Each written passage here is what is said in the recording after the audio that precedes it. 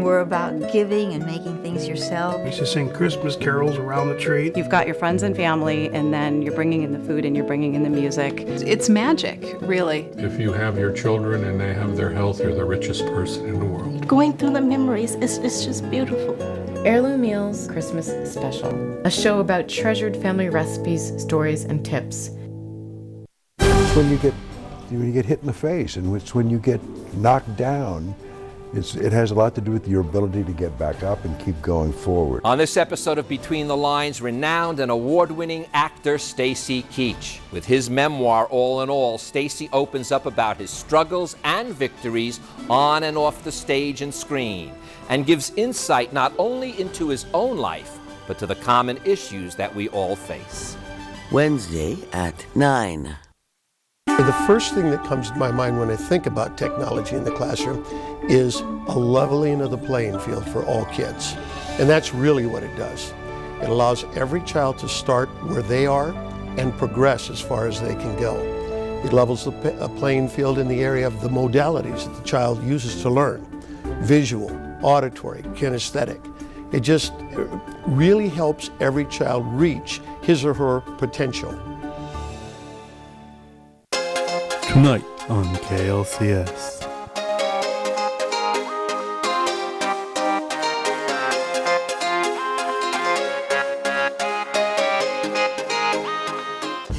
He's trying to fight against the stigma, wanting to open up a conversation about it and breaking down the walls between mental illness and society. Not until I showed some type of compassion for myself did I begin to be able to heal and recover. We want just what you want, to work and to love, and that we can do that, and that you should open your minds and your hearts to people who may be a little bit different. See the whole story at eachmindmatters.org.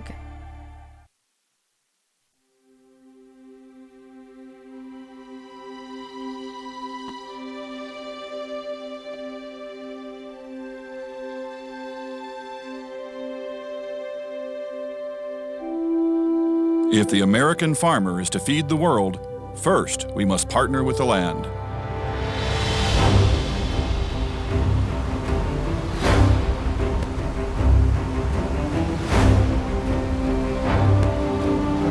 The 1930s, a time in history that men will never forget, where only the strong survived. A time when two men came together and learned how to partner with the land, turning dust into fields of gold. This is their story.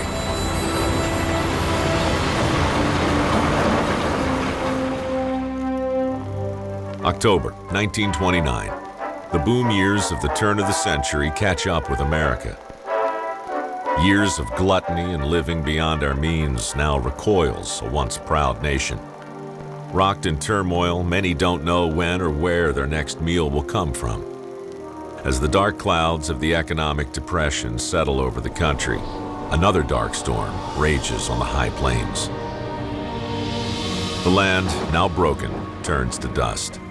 Men who sought her riches are left shattered, and those who could no longer endure traveled west. As Steinbeck chronicled, one man, one family driven from the land, this rusty car creaking along the highway. I lost my land. A single tractor took my land. I'm alone and bewildered.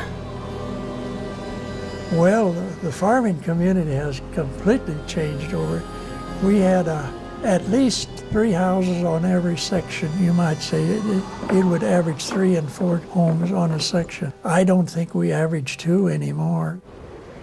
It really was a terrible 10 years that was very hard on families. It was very hard on communities.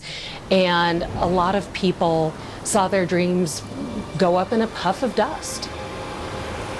Many people left the high plains during the 1930s. Some stayed because they had no place to go. They were unwilling to try life somewhere else, or preferred to remain where family and friends gave them a sense of security.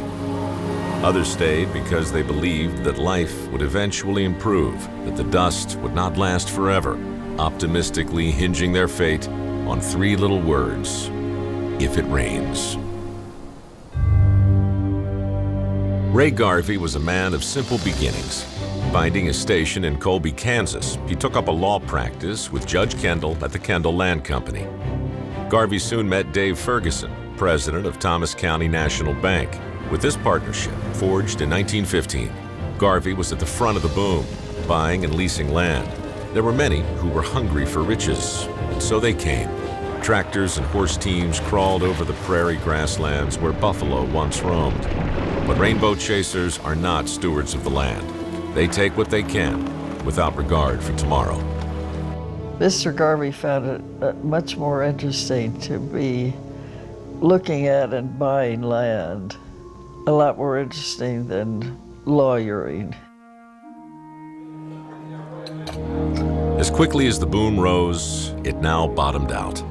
What was felt in the cities now reaches the farmland. The depression affects the workforce, but now nature is adding to the growing desperation. With all these tenant units, I would be better farming them myself than to have to look after them. You would probably have to get someone just to go around during the year while farming and during harvest, just to check up on them and collect whatever rent you can. Dave, the challenge is they don't respect the land as it needs, and that alone is destroying my investment. I think it will be eventually advisable in the next years for you to take over most of the balance of all your ground in order to get it farmed as you and I, and frankly, the bank would like to have it farmed. The fact is, I am apprehensive about taking over 6,000 acres to farm. Of course, that is assuming there will be a profit in wheat, and we can farm with the lowest possible expense. If you know of a good man, send him my way. They realized that there would be bad years, successions of bad years, dry years, and that you needed to plan on that and be able to survive those periods of time. The cyclical nature of the climate in the Great Plains is fairly apparent. The meteorologists won't say this precisely, but if you look at the records of the U.S. Weather Bureau, roughly every 20 years you have a drought of some degree. There is a rough cycle here, which is to say that this is a very normal occurrence in the Great Plains. A drought does occur in the region, and it always has and probably always will. John Criss was born in 1905 and was growing up like most boys do, until the sudden death of his father. Now, John's mother, alone and facing severe poverty, soon meets Lewis Burris and marries. Burris, a man of lofty ideas, reads an article, The Man from Thomas County, which spoke of tales of riches to be found in the fertile fields of western Kansas. Burris, a man seeking a quick fortune, soon packs up his family and leaves for Thomas County. Failing after a few short years, Lewis left Kansas, leaving behind a young John Criss, unknowing that dust and a depression were on the horizon. People talk of when their ship comes in, but first you have to send your ship out. An ambitious John Criss remained in Thomas County and took on farming and whatever else he could find to support himself and his new bride, Stella Dryden. Dear Mr. Garvey, Earl Kendall tells me you're taking over farming your own land in Thomas County and may need a good man to look after part or all of it. I believe I can do as much for you as any one man. If you think we can get together on a deal that would be satisfactory to both of us, write to me at Levant, Kansas. Yours truly, John Criss. John, I'm glad to hear from you. We have 6 tractors and about 6,000 acres of land to farm, a cook shack, and a bunkhouse. Do you think you can handle the men and the machinery and produce wheat on the summer fallow plan so that we can make a profit at 25 cents a bushel? And if so, on what basis? Very truly yours, Ray Garvey. I am sending you my estimates on the cost of farming operations. My estimates on repair bills and operations during the summer are largely guesswork, as I do not know the condition of your tractors. It's been very difficult to figure cost using money, as it is so out of whack with commodity values. That said, though, go out and start your work, boy. You're on the payroll.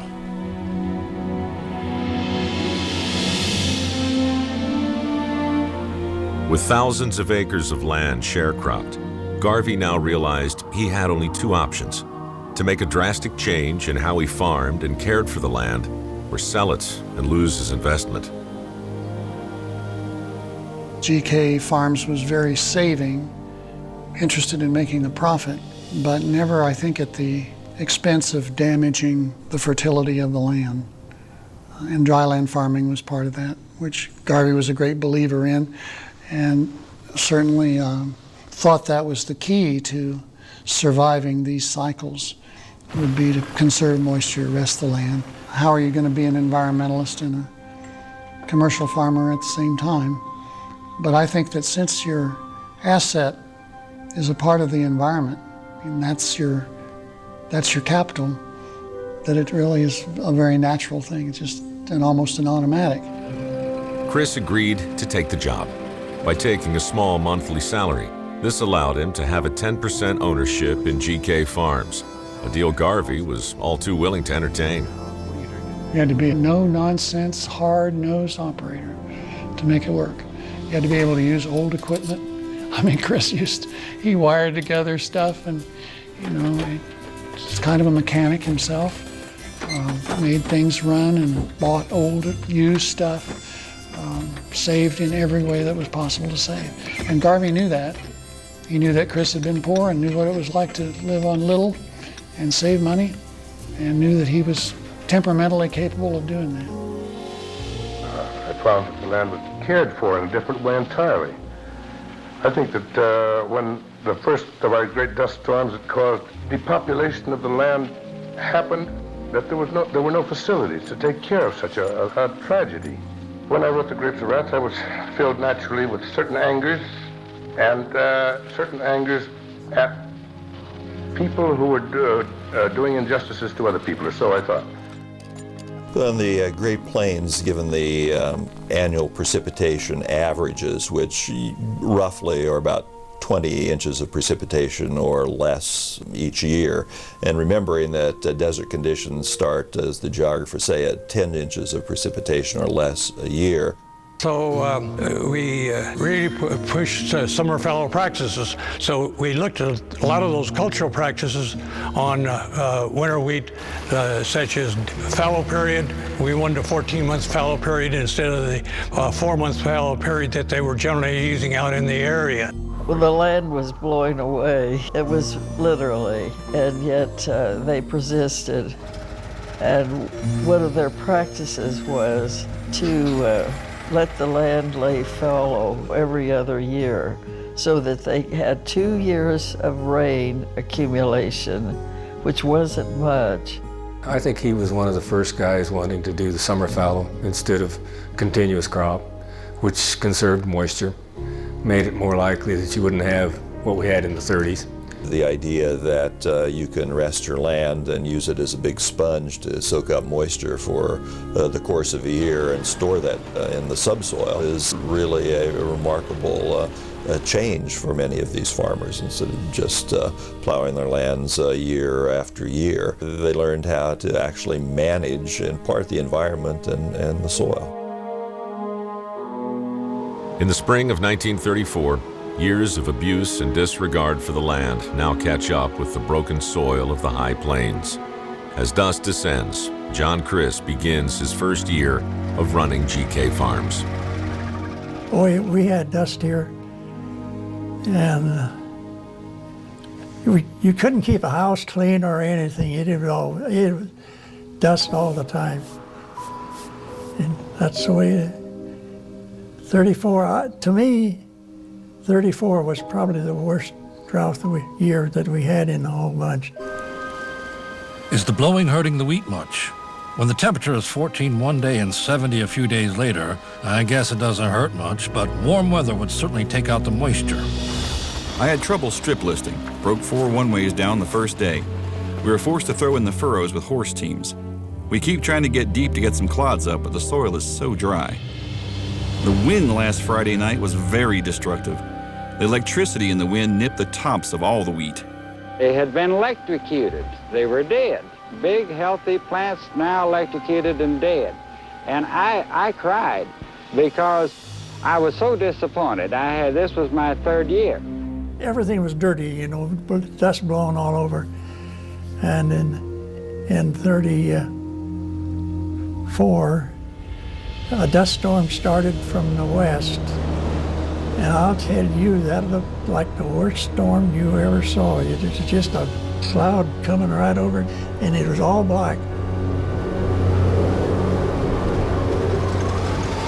We had a terrible dust storm from the south yesterday.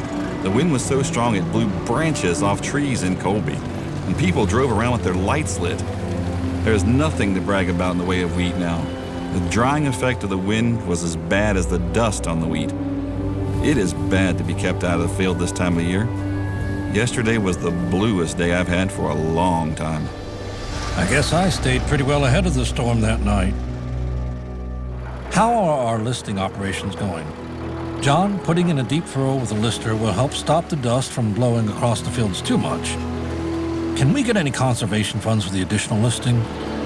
The soil conservation program was started with the idea that the farmers were anxious to get something done and would accept any help they could. However, it seems around here that most farmers' attitudes are altogether indifferent, and I don't believe there will be much listing done until it's made compulsory by the law or the government pays the farmer enough to list his own land. I have 3 listers going now. Also, weather conditions are making it hard to get anything done. Soil Conservation Service actually started in 1935 when Hugh Hammond Bennett went before Congress. At that time, there was a bad dust storm in the Great Plains, which reached the halls of Congress. And so when he presented this bill to Congress, it wasn't too hard to convince them that something ought to be done in the Great Plains. To regard soil erosion as a national problem, a national menace, and it initiated a program of control. In the United States, the Soil Erosion Service was formed in 1933.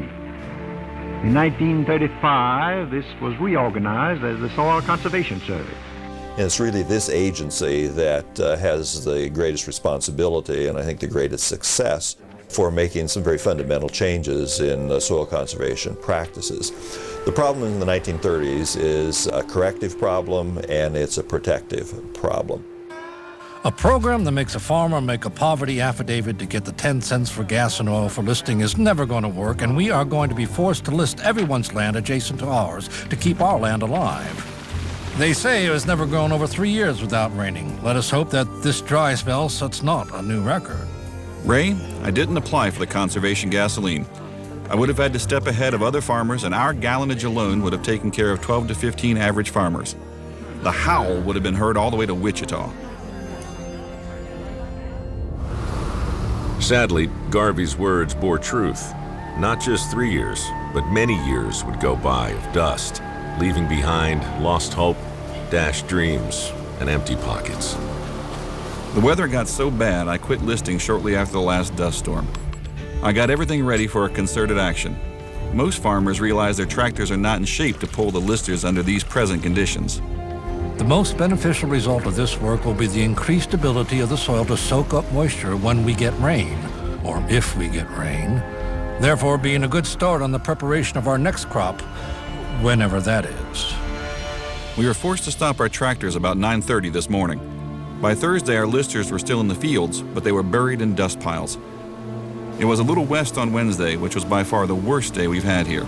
It didn't get as dark as it was before because there was snow west of us and rain to the north. I guess Colorado and Nebraska stayed at home. All of our dust this time was local.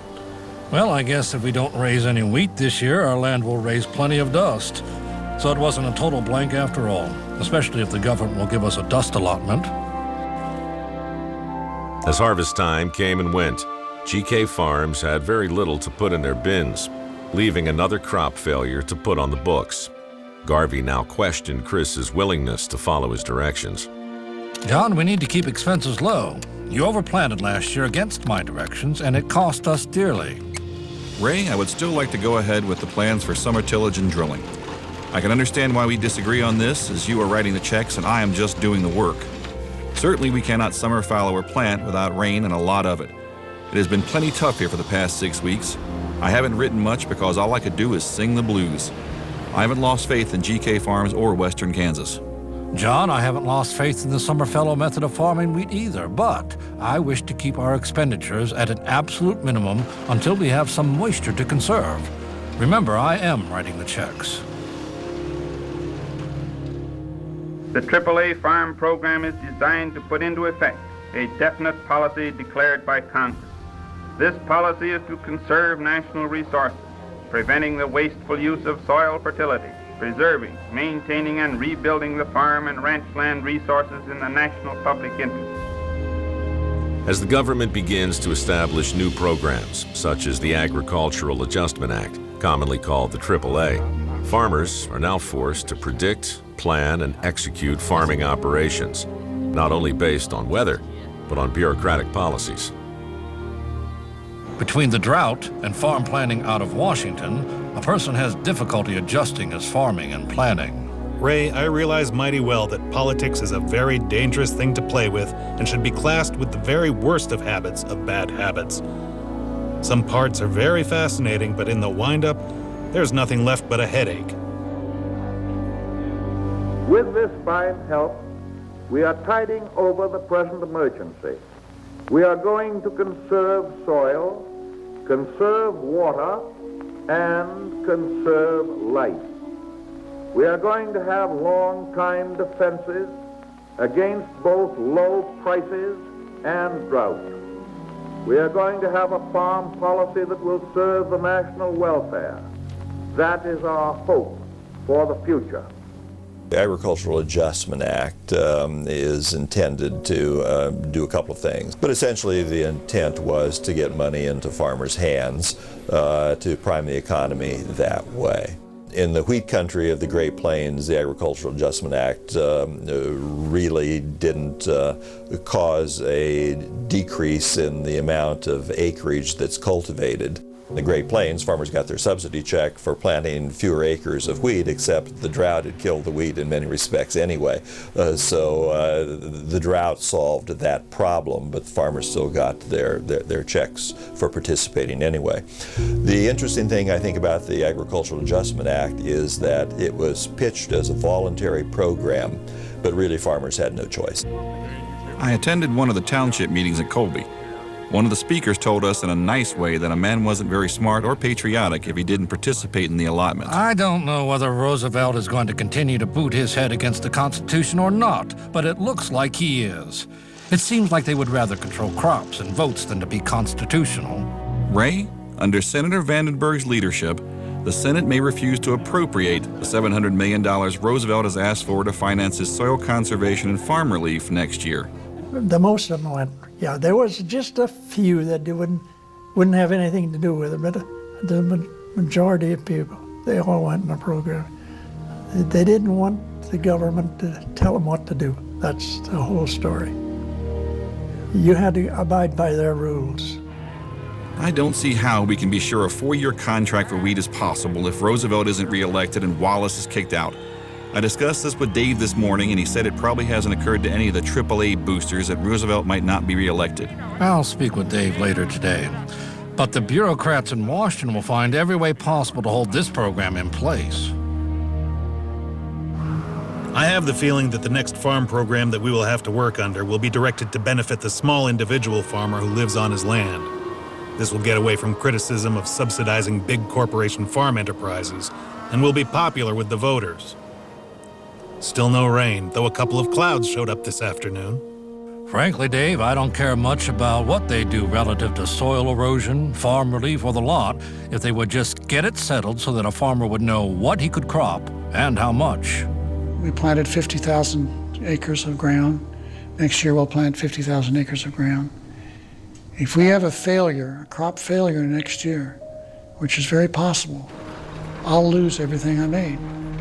That's the point. It's cyclic. There are many years when we don't do so well.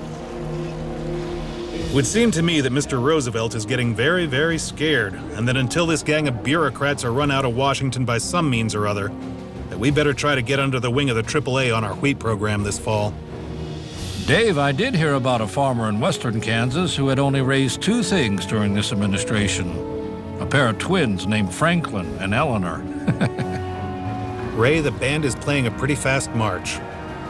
Whether Roosevelt goes in for another 4 years or not, we are in for one hell of a time between now and next November. I think everybody realizes this, but nobody knows just what steps to take to protect themselves. It is surely going to take a lot of good footwork to stay in the ring, either farming or banking. Fields of straw where there once stood wheat. Now all that remains is the dust that falls through a man's fingers and can offer nothing in return. Sometimes all a man has is his faith. We got a rain during the past couple of days, still listing and starting fallow operations. There's no reason to get cocky over a couple of inches of rain, and at the same time, there's no use getting hysterical. I trust you can arrange to have the tractors running between 17 and 24 hours a day and get 400 to 500 acres a day listed. Splitting ridges is going very slow. Ray, here's what I am up against. The furrows have caught inches of dust. We have to run the tractors in the furrows to split the ridges, and naturally they are very slippery. The weeds are growing while we can't work. I am thoroughly disgusted with listing operations. John, this will be 4 long years now that we've had no crop under Roosevelt. I had the pleasure of seeing Thomas County wheat when it looked fine April 21st, and it was immediately followed by a week of very bad weather. Again, it looked fine on June 12th, and apparently has gone to hell in a handbasket ever since. We were a little too optimistic in the purchase of 2 new tractors, a combine, and more. I hope we can cut at least enough wheat for seed. Curious, though, what particular hymn sustained you at this time? O Susanna, 3 long years, or the Lord giveth, and the Lord taketh away. There were people who looked at the drought, who looked at the dirt storms, the grasshoppers, and really did believe that something was badly wrong in the world and perhaps they had done something wrong. There were prayer meetings held at churches, praying for rain, but also praying for forgiveness for what they might have done. My Lord, you know something? I was pregnant with my daughter in 1934, and we had a well pit. And here come this crazy cloud out of the west. It looked like 1,000 tornadoes. And we all got so scared. And I thought, well, if I can get down that well pit, maybe I won't blow away.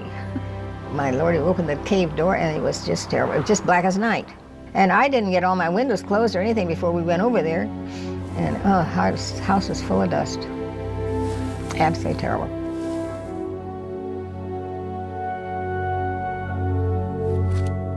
As if out of Exodus, grasshoppers descend upon the land, creating clouds which resemble dust storms. Farmers frantically try to prevent total devastation of their crop.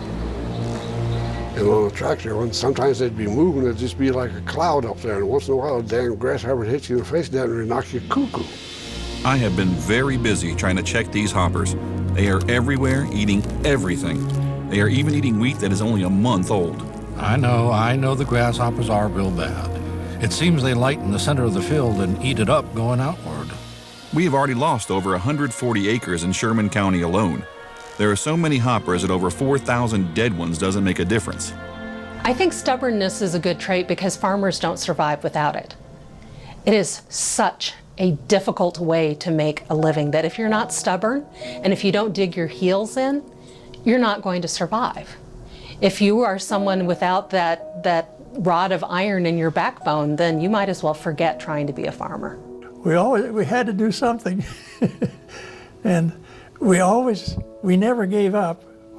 Every year we was hoping this would be the good year. With practically no rain during the past 7 weeks, it is now approaching drilling season. And if we get rain, I would suggest drilling rather than spring toothing. Our soil erosion efforts ran cost up this year, and I do not see a great deal of hope in raising a crop when we had only 7 inches of moisture last year, and only 7 inches so far this year. I don't think we ought to drill anymore until the middle of September unless we get some good rains between now and the 15th. We just took everything in stride. When it didn't rain, we was praying for rain, but it just wouldn't rain. As conditions worsened, more farmers bellied up, losing their land leases and their farms. Garvey, having the means to buy, seized every opportunity to increase his own land holdings. He was despised for, most of this had to do with being big. And this was just kind of a concomitant of farming big.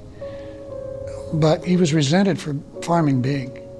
And he was resented for making money farming big, because this wasn't the family farm exactly. John, keep me informed, and if this weather has made any more of my tenants throw up their leases, we need to get this land in the works as well. Ray, I believe with current conditions, the sooner we get all of the tenant land under GK Farms control, the better. The Pabst Boys wheat is gone now, and I think we can get possession as well as with Bob Hunter's land. It's entirely agreeable with me for GK Farms to become the sole tenant of all my land. Well, I can think of several people that lost their farms, and that may have had something to do with it. When things were prosperous, they were able to go, and when prices came down, why, naturally, they couldn't finance their debt anymore. If you feel you must give this land back to a land hog like Garvey, then I feel I should have my $240 note and $150 for any work in possession. Chris and Garvey continued to farm. Despite the obstacles, they persevered, taking each act of nature as a lesson to be learned and building upon each failure. Ray, real bad day today. More wind and dust than yesterday. It is April 15th. There's a real heavy haze to the north, and we will probably catch it again this afternoon. One of my men was in the field after the storms hit. He was within 50 yards of the shack most of the time. The storm struck so quickly that it was almost fatal to anyone unable to reach shelter. This boy stood by his tractor for 4 hours and kept his handkerchief wet with water from the radiator just to breathe through. John, I am skeptical about our crop this year, even though we are 3 or so months from harvest. Some of these times we'll get heavy rains again and we'll raise some crops, but the rains must be very heavy in view of the depleted subsoil moisture. There are some heavy showers near here, but they missed us. I would like to pull packers behind our moldboard plows to help settle the ground and keep it from drying out so badly after it's plowed. We had a bad dust storm this morning and last night. We had to quit work for a while this morning. Ray, our wheat has been thrown for a terrible loss this past week. It was so dusty on Thursday night that my night crew couldn't get to work until 3 a.m. Some people maybe not realize how bad it was. Between the tumbleweeds and the dust, it piled up along fence rows. Well, of course, when the crops didn't grow, there were many tumbleweeds around. And of course, when the winds came along, it'd blow the tumbleweeds somewhere.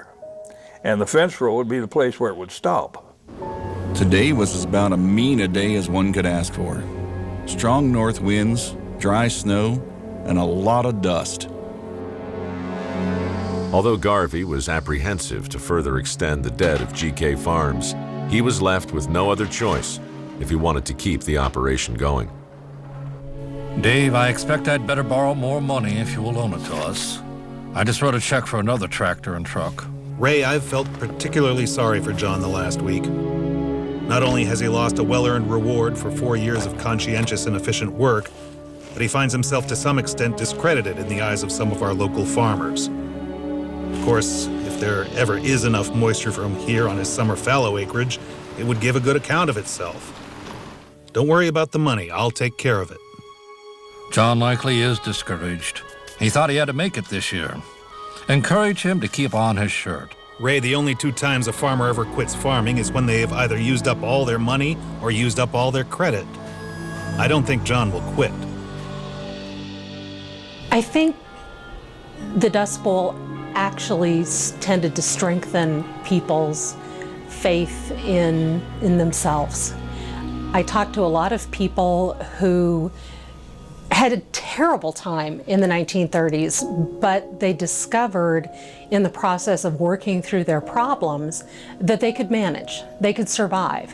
And they came out of all of this with a real deep faith in themselves, their families. They often talked about their faith in God being strengthened by this experience. One thing I learned is patience. And, you know, the farmers going through year after year of no crop and hanging on by their fingernails in many cases. They had to learn patience. They had to have a lot of faith. And I think you just see people around you, people who you represent, and it rubs off, and it's generally for the good. The scorched earth policy and the indiscriminate plying up of unsuitable areas have, to some extent, narrowed the margin of available land for crops. Our colonists found so much land It seemed endless and inexhaustible to them. We were careless. We exploited the soil. It was only within the last decade when, becoming conscious of the increasing damage we were inflicting on the land, that we began to take positive action to halt destructive erosion. The government of the United States came to regard soil erosion as a national problem.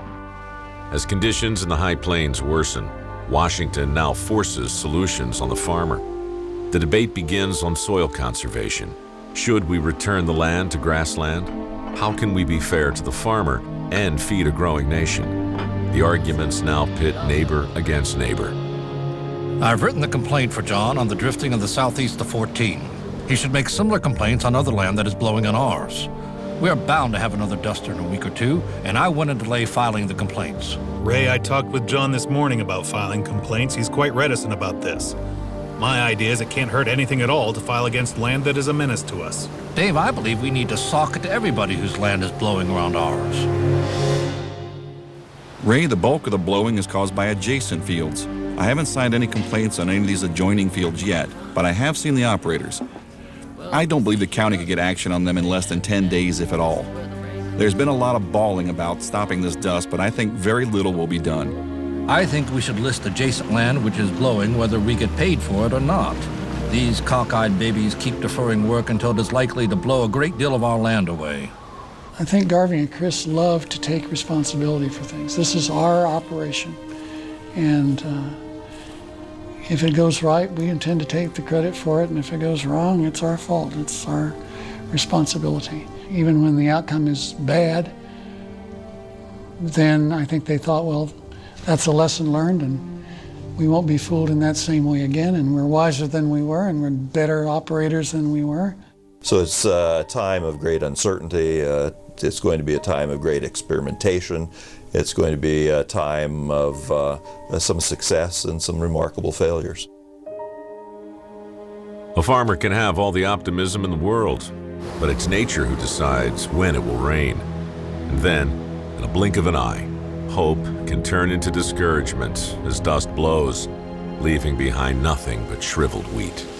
I was just getting ready to leave town when a dust storm hit from the north and visibility was reduced to about a block, and is still that way. I'm afraid when this wind stops, we're going to have to start all over again. John, is there any wheat left to plant for harvest? Ray, conditions here are as bad as I have ever seen. Nothing but dust and wind which doesn't stay in one direction long enough to blow up a rain. A letter to you a day would have been nothing more than a picture in painful detail of how we lost a potential $150,000 profit on our 19 and 37 crop. A change in our 37 prospects since May 9 has been quite a jolt, and I am surely glad you can take it so calmly. You know, 17 years ago, shortly after I came to Thomas County, I made up my mind that if I could take care of my knitting, I would be financially well fixed at age 35 years. That's only 3 years hence, and except for my personal contacts, I'm little better off than I was in 19 and 20, and the drought continues. Of course, I hadn't foreseen the depression and the drought when I decided to get rich and thought I would do it in western Kansas. John, you probably have built up your expectations, and your hopes were very high indeed on yield, price, and end profits. I've done this many times also. But usually, things do not turn out as bad as we sometimes expect, nor as good as we hope. And a person takes the good and the bad results with more equanimity as he passes through successive experiences. I think one thing is for sure, you are doing good work. And if wheat is grown there again, at a profit from summer tillage and power machinery, you will have a share of the profit. That is, of course, if the rain falls and there ever is any wheat grown. With a young family to support and a lack of finances, John began to farm outside of GK operations. John, I asked you a year ago not to extend your outside ventures additionally. I am mightily glad to have you consult others as to best methods, but as long as I am paying the bills, I expect you to follow my directions on seeding and other matters of policy. Now, Ray, I might be wrong, but I have never considered myself a mere hireling, but felt we were in business together for our mutual benefit with the aim of making money. You know, it is a rare instance when a man has more to do than he can do, and I want to have all that I can do. Garvey was always frustrated with Chris, because because Chris couldn't make enough money working for Garvey for a while. And so he would work for others and work on other farming projects. But Chris kind of threw back his own standard at him and said, if you can find anybody that can do a better job for you working full-time than I do working half-time, you hire them. And in the end, he couldn't. It has now been 7 years, with one crop failure after the other. The reality of what Garvey and Chris were up against struck deep. Yet a man's fate is often determined not by the circumstances, but by his willingness to succeed, no matter what the odds. The way these erratic rains are falling and not falling, it still looks like we're not over the hump on bad years out there.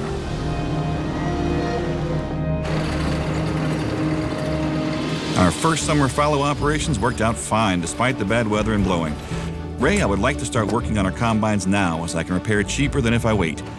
We've had these machines every year since I started with GK, and they are valueless and obsolete except for the work we can get out of them. Go ahead and fix the combines if you can do it for less than $100 each. Since we are able to get custom work done for $1 per acre, we can't afford to spend much more than that on our own machines. Ray, last year the wheat was badly burned and dried out between May 1st and May 20th. Our good wheat this year is looking the same now. If we don't get rain soon... It seems we just can't get enough rain over a 12-month period to give us a decent crop out there. John, just try and raise the best wheat you can, and perhaps we can stay in business a little while longer.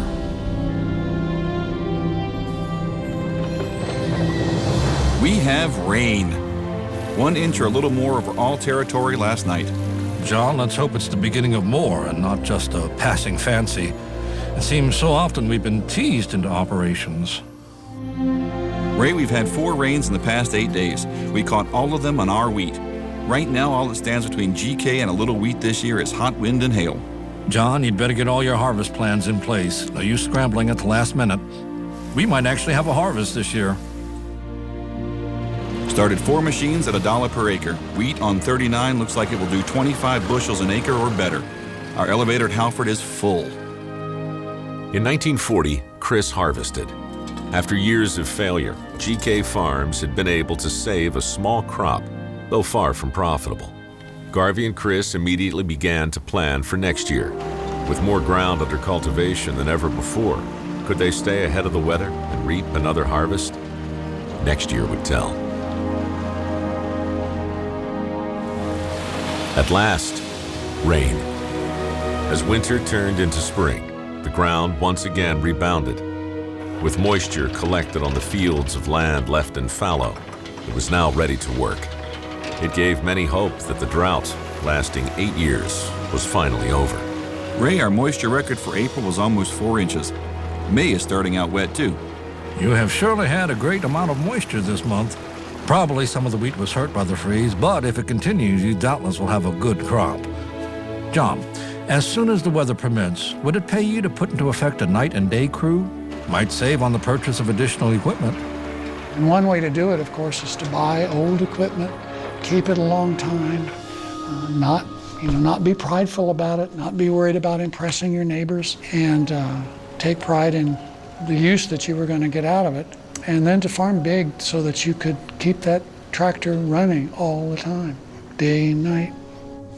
That was something they took a lot of pride in, something they learned. It's hard to keep a crew together since April with only a few days we could work. 6 tractors ready for day and night work. It's real dangerous running at night. If you doze off, you could fall off, and then that's it. We've got light kits on all the tractors. We won't buy anything new unless we can use it to good advantage. Wet weather is always a good omen, but with wet weather, there comes another danger: hail.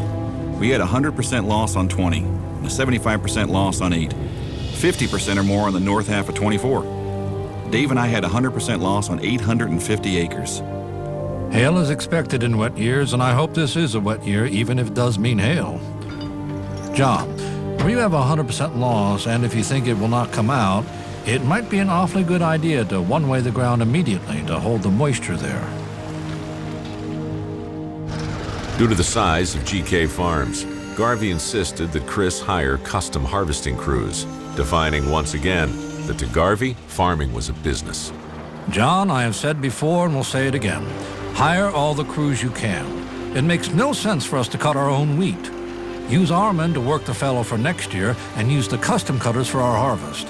I frankly don't care what anyone out there has to say about it. I have the 3 Oklahoma machines hired at $1.50 per acre, flat, of course. There is always the possibility they might back out if they get here and someone offers them more. The wheat won't be available all at the same time, and I can't always hire every available combine. You may not realize it, but you really need about 10 extra combines if you can employ them. And yes, you need to watch those Okies. Steinbeck was right. Custom combining, there were many things about operating on the scale that they operated on that required real innovation. And a lot of that was Chris. A lot of that was Chris's contribution. He was very well organized, and it required a lot of organization. This was the first year GK Farms anticipated a profitable harvest. After 8 failed crops, the prospect of making a profit was on everyone's mind, especially Garvey's. John, you are harvesting what is potentially a wheat crop of $100,000 to $150,000. GK has never harvested a crop worth more than $40,000 in 8 years.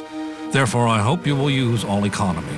The important thing is to get this crop combined at the earliest possible date, but don't lose sight of the fallow work either.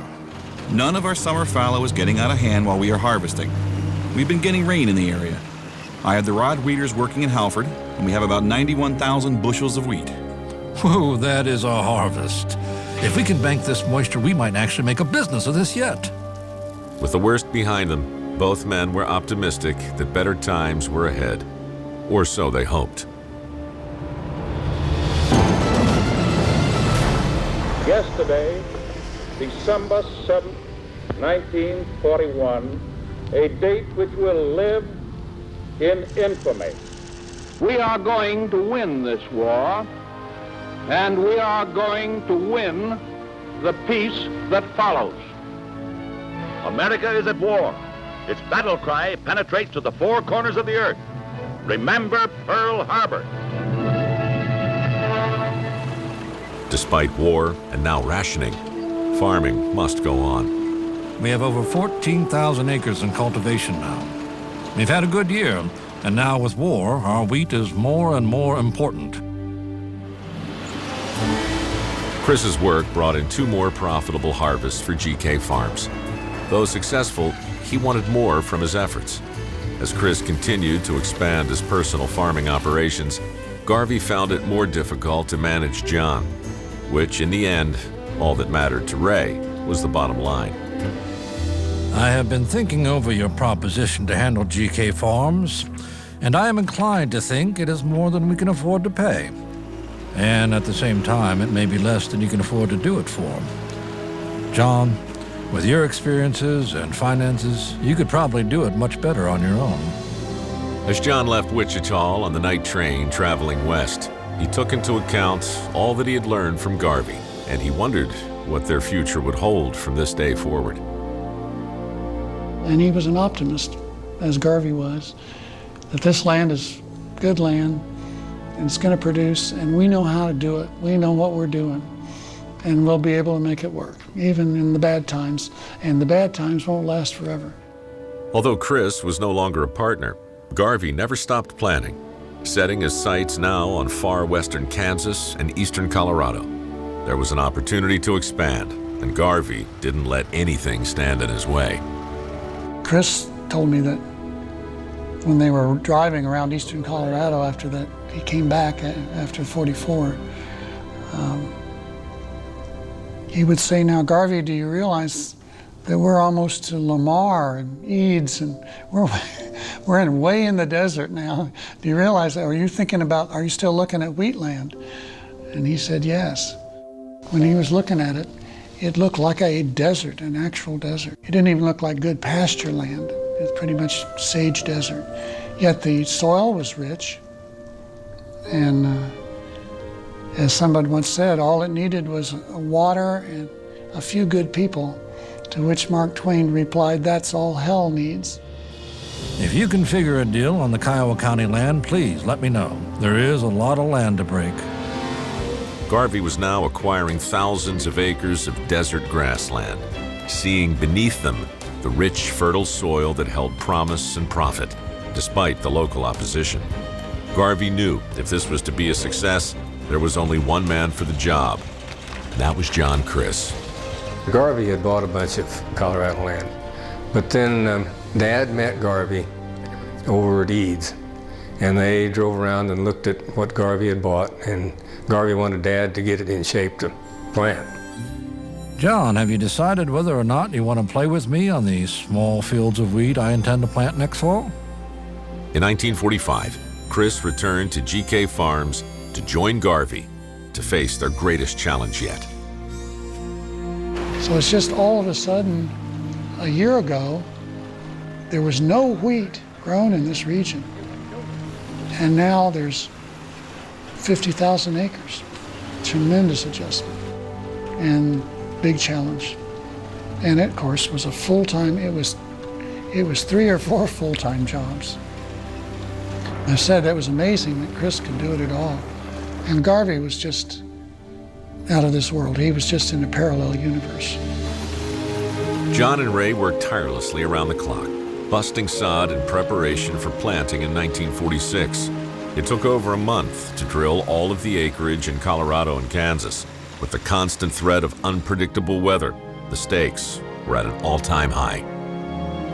Some of it had been broken up before and had blown and gone back to grass. It's what they call go back, because it had gone back to grass after it had been tried once before. And so it's kind of an iffy thing to do it again, but they did it. That was a tremendous project. Breaking the land, tremendous project in eastern Colorado, all that land that they bought in the middle 40s. Garvey had about 20,000 acres during the Dust Bowl in Colby and around Colby, and ended up with 100,000 acres. So 80,000 acres of land got bought in a couple of years, and all had to be broken and farmed. That was an enormous challenge. Very few people could do it. I think GK Farms was fairly unusual. There were a lot of large farms in places like southwestern Kansas and eastern Colorado, but a farm on this scale with this level of mechanization was fairly revolutionary for this time and place. John, we have over 20,000 acres in Brandon Territory. You and we together have over 10,000 acres in Greeley County, and in Towner about 5,000 acres. Then we have 2,500 acres at First View and about 3,500 acres in the Haswell community. You also have your own 10,000 acres, as well as all of the Logan, Thomas, and Sherman County wheat. With well over 80,000 acres to cut, you will need to act as supervisor rather than worrying about the details.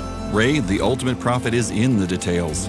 And Criss, when he was organizing his harvest, he'd be calling these people in Texas or in Oklahoma or something and arranging for them to stop in Colby and cut for him. But these guys would have only 1 or 2 small machines, and so he had to hire, I think one harvest, the big harvest, he hired something like 200 custom combining crews. Well, I added up tickets and kept track of grain and matched combiners with tickets, and we checked with the elevators. Then after that, picking up all the piles of grain because the elevators couldn't handle it that summer. Ray, I have 130 combines cutting this morning. We'll be Sheridan Lake with 3 combines on Tuesday. We're stuck in the mud at Scott. We'll leave combines in Winona. We got 16 on pending last ripe in Brandon. Planning to send combines to Tribune on Monday. Sold Spiker, $2 hard with a 12 1/4 protein. Houston has 10 combines cutting, 19 more on the way. Hiring about 10 per day. Texas combines are now looking for work. You can start fanning them out to Greeley County, Towner, and perhaps Colby through Brandon Gateway. Phone me regarding loading and long hauls. We have piles of wheat on the ground. Loading out at Towner. Wheat on the ground everywhere. Appreciate your wire. We'll have plenty of combines in a few days. 71 combines in operation. 10 more setting up. Approximately 110,000 bushels harvested at Brandon. I have 30 combines camping at Kit Carson tonight. Phone me at 291-6 for start location. Heading through Gateway, moving my outfit to Logan County now. I have directed 25 combines to Winona. John, can the County Chamber of Commerce agent raise hell with the governor and labor office? They're routing combines west instead of north. 13 combines in operation, moving 10 on the way in. I've had a hard rain. We'll be 1 or 2 days late arriving Greeley County. Tell Gosen to move his crew further north to Sharon Springs. 5 machines in operation in Logan County. Wheat is ripe. However, there are a few green spots. Can use 20 to 30 more combines by next Monday or Tuesday in Colby. 32 combines working at Brandon, 14 north of Aston, 7 at Firstview. Harvesting is going quite well at present. Good luck. Manpower and ingenuity will get our combines. I think they were very successful at making farming work as a business. And that's what they thought the test was. That it needed to work over time. They weren't short-term thinkers, you know. This year we're going to make a lot of profit and then we're going to get out. They weren't speculators. They were operators, but they had a very, very strong practical sense that this was a business. The matter of getting all this wheat loaded and shipped is an important item.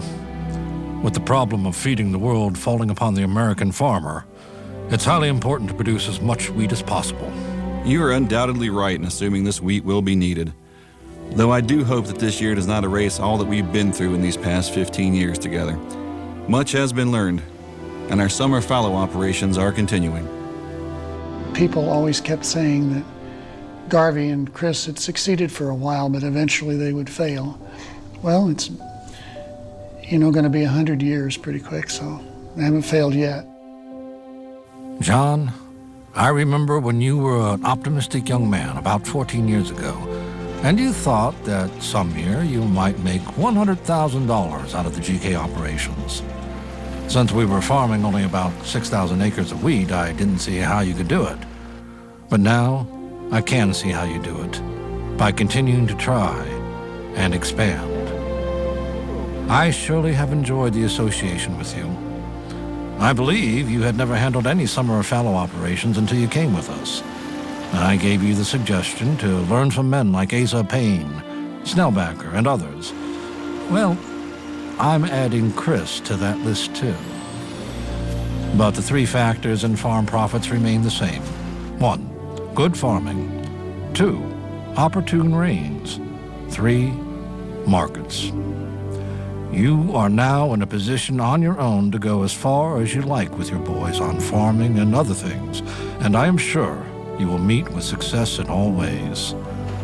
I suppose this pretty much concludes our operations together, which I think have been most pleasant and profitable for both of us. And isn't it a nice way to conclude an arrangement like this? To have had a big year, and nothing much to divide, except $1 million worth of wheat.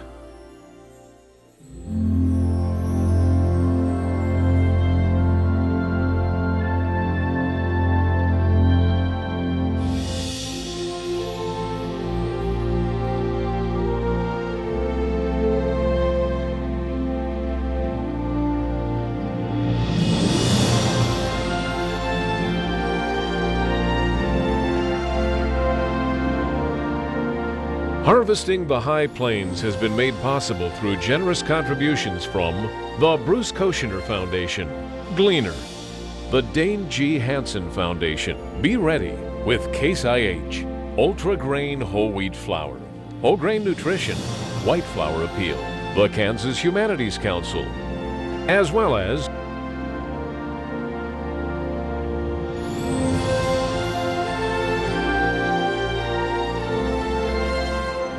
find more information about the Dust Bowl and farming on the High Plains by visiting www.harvestingthehighplains.com. An In Spirit Creative production.